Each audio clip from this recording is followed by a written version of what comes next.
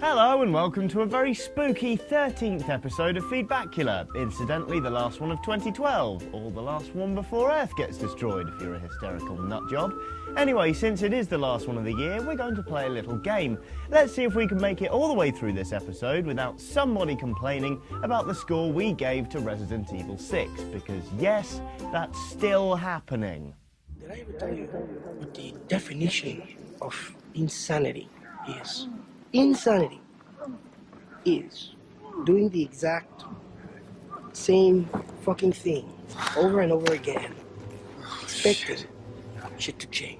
Well, personally, I'd say it's complaining about the same review score time and again and expecting that to change, but fair enough. This week, we're talking all about Far Cry 3, which this week garnered a rare 9.0 from Kevin Van Ord, making it a strong contender for Game of the Year. A lot of other people at GameSpot are certainly enjoying it, but what have you been saying? We'll find out in a second, but first there's something I need to mention. Last week I talked about Aris Bactanians making sexist remarks on a live stream, calling him an arsehole in the process. It was pointed out to me that he made a full retraction and apology after the incident, something I didn't know and therefore didn't mention. In that regard I was wrong and I apologise for the omission, even if I do still think he's an arsehole. Right, on with the Far Cry comments. Kevin gave a 9. Holy shit, I'm getting this pronto. It seems that I'll be failing music history exam next week. Tough luck for me. Attaboy! Finally a 9! Jesus, did that take a long time. It's nice to see GameSpot actually liking a game. A game with boobs? I'm in. See you guys in 3 weeks. Winky doggy face. I don't know what to play now. Far Cry 3, Assassin's Creed 3, Call of Duty, Black Ops 2, Hitman Absolution. Why the games are not coming one after another? They're coming like a bomb. Now what the should I do? Relax, probably. Love the way animals can attack you. Looks really good. It's about time they started to use more of little touches like that in games. Skyrim would have been nice to have elements in it like that. Pretty sure it had that, buddy. One of the very few games that's actually made me jump, e.g. swimming down a river only for a crocodile to breach right in front of me, swimming across the ocean then to see a shark fin in the distance, not realising just how far away the shore I've swam. And the map editor is a very welcomed component. Well done, Ubi. Smiley face. Unbelievable. Must be the first time I agree with Kevin Fail-Ord in more than 10 years of GameSpot. Ladies and gentlemen, I present you a real good FPS. Thus, COD Killer. High praise indeed from that lot, even though Kevin Fail-Ord is a pretty weak nickname.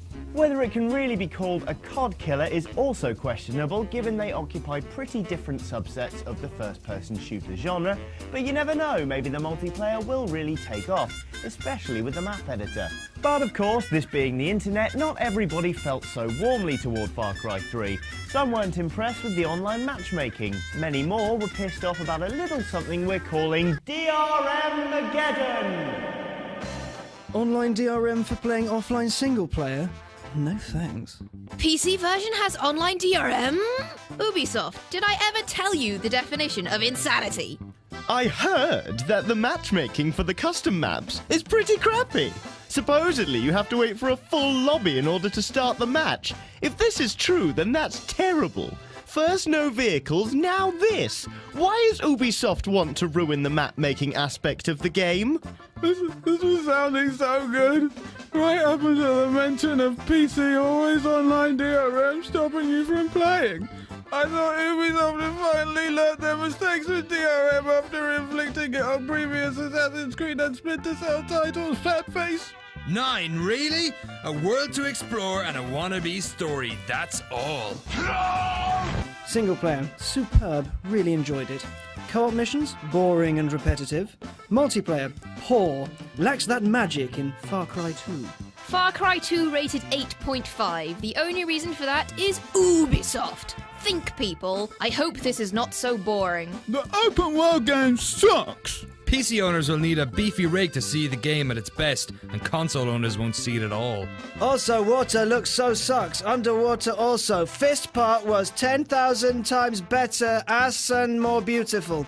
I liked the fist part too, but I'm not sure if it was 10,000 times better, ass and more beautiful. Let's be fair now. So yeah, DRM sucks a big one. I think we can all agree on that. Thankfully, however, Far Cry 3 is not, strictly speaking, an always online title, as some of the people we just heard from seemed convinced. You can play it offline without issue. The connection issues Kevin referenced in the review were specific to playing in online mode. If you don't stick it in offline mode and you lose connection, yes, the game is prone to balking itself. Stick it in offline mode, however, and it should be alright, which is a relief. Not that I'm trying to detract from DRM Mageddon, that is. You guys carry on. Oh! How many pirates are on this boat? So, the usual menagerie of comments, both positive and negative, about Far Cry 3, and all of them pretty sane. Partly because we've saved most of the bonkers ones for later, like the number of people who showed up in the comments on the video review to basically admit to being massive stoners. Setting marijuana fields on fire. Instead, there should be an option where Jason can acquire those. That much marijuana would have lasted the entire game time. Just saying. Can I steal the marijuana instead? But why did you have to light the marijuana fields on fire? So for cash, I'm gonna head to Manchester now, get drunk, head to the warehouse project this evening and lick my eyeballs for several hours and purchase this on the way home tomorrow. This shall be my come-down vehicle of choice. Yay for drugs! After the rage from Peter over the killing of a rat in BF3, you would think they would end up with a brain hemorrhage with the endangered animals you get to kill and skin just so I can make my wallet bigger and to make holsters so I can carry more guns to kill even more endangered animals. Lol. This is one of my game of the year. One thing I found ridiculous about this game is the wallet system. You have to craft it from pigskins or whatever to store more money.